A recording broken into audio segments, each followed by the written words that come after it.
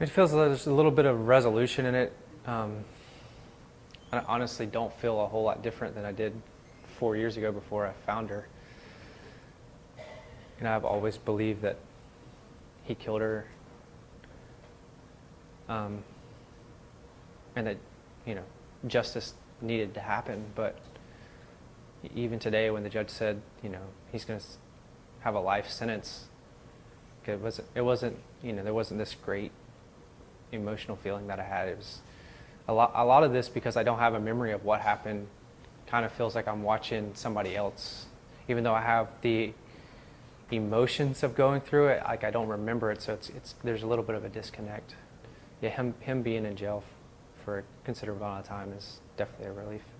And I know The things that I hear from other people is what a great mother she was, and it's not that I don't question that, but I don't have a memory of her at all. I have zero memory of her, so it's hard for me to answer that question. Really, from the time I was 18 years old, you know, I had a desire to try to recover whatever memory I had and try to see if I could decipher it myself. I had been told that, you know, even if I could remember it, that the way the brain worked at 3.5 is different than it works now, so it may not even make sense if I was able to get it. But, you know, it's something I'm still interested in. There's still a lot of unresolved questions to me that I'd like to, you know, see if I can resolve for myself. Once I saw the teeth, that was the triggering point. That the skull, it still didn't even look like a skull to me. But the teeth, when I saw that, it was clear as day human teeth.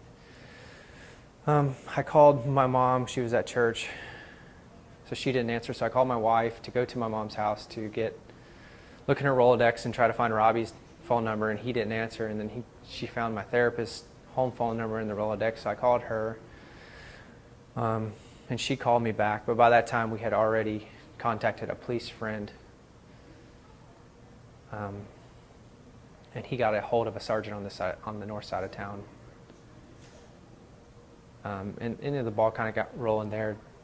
They showed up and pretty much confirmed that it was human remains. You know, couldn't say that it was her, obviously, for months later. And then, you know, Robbie Henson showed up when he got out of church, and then Angela Corey showed up.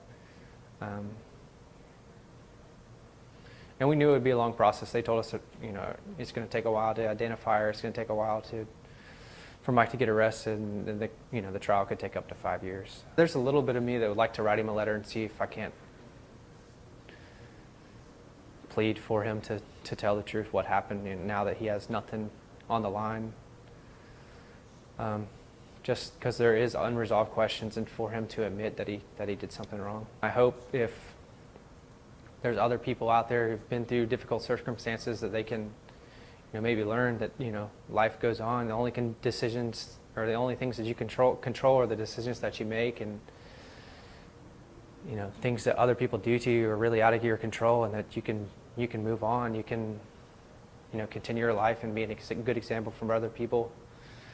You know, and maybe a woman who's being abused at home, you know, whether they're married and have kids, or, you know, just in a dating relationship, that they need to get out if somebody's being abusive to them. It can end up bad, especially if there's children involved. You know, the kids see everything that's going on. You know, I'm sure Michael didn't think that I was seeing what I saw at 3.5 years old, but I think it's apparent now that I saw everything that happened that night.